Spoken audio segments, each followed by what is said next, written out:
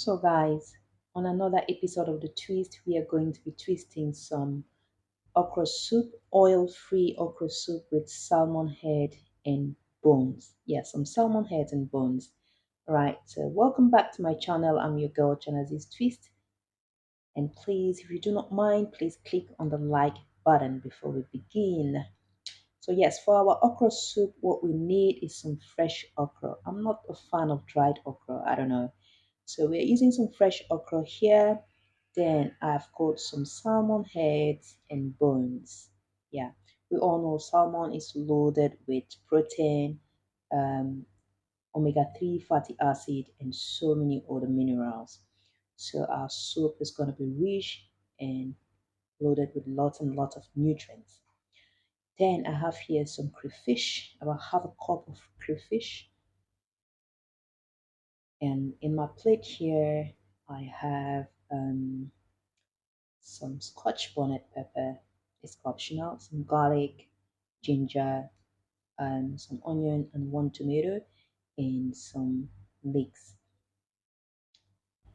Then I have some greens. I'm going to be adding some greens to my okra soup. So we're going to start by slicing our okra. I washed my okra off camera. Make sure you wash your veggies very, very well always. So I have my okra in two different bowls. The one in the bigger bowl will be blended, while the ones in the smaller bowl will just be dropped in the soup to have some okra chunks in my okra soup. That's optional as well. You can choose to blend all or pound all, or yeah. So I'll be blending part of it and just dropping the other one. Then I will go ahead to slice my green veggies nicely and blanch them.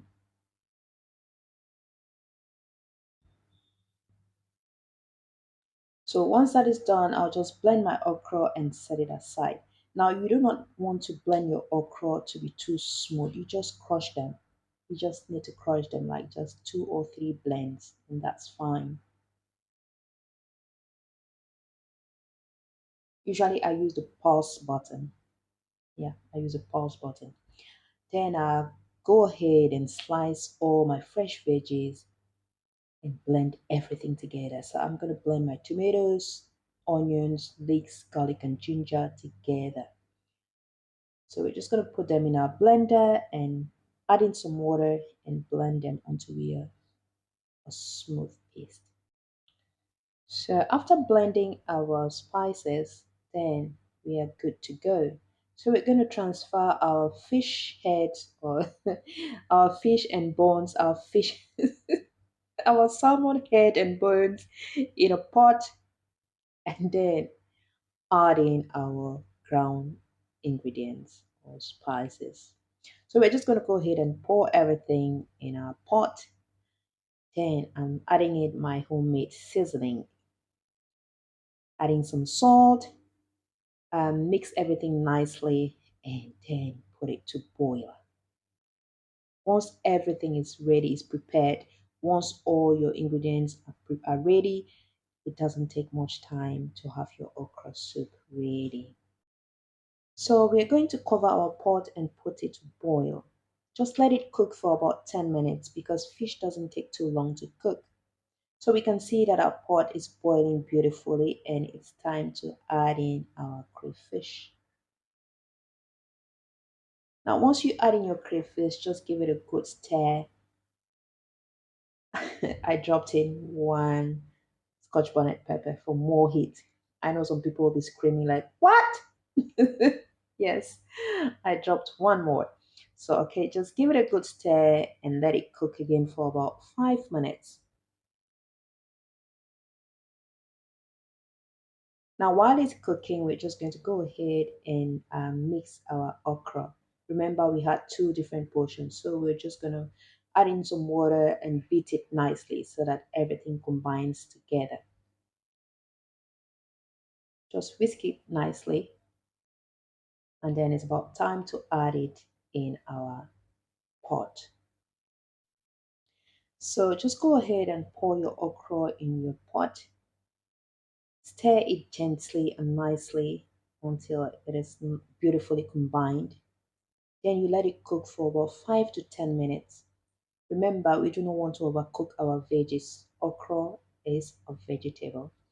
So we're just going to let it cook for about 5 to 10 minutes.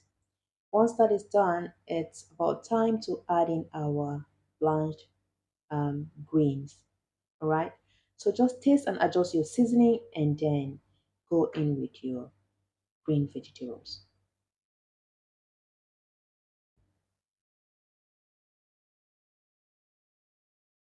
So now we're adding in our blanched greens and we're just gonna let it cook again for 5 more minutes. Yeah, remember our veggies are blanched, so there's no need to let it cook for long. So at this stage, our okra soup is ready. Just give it another stir, taste, and adjust your seasoning if need be.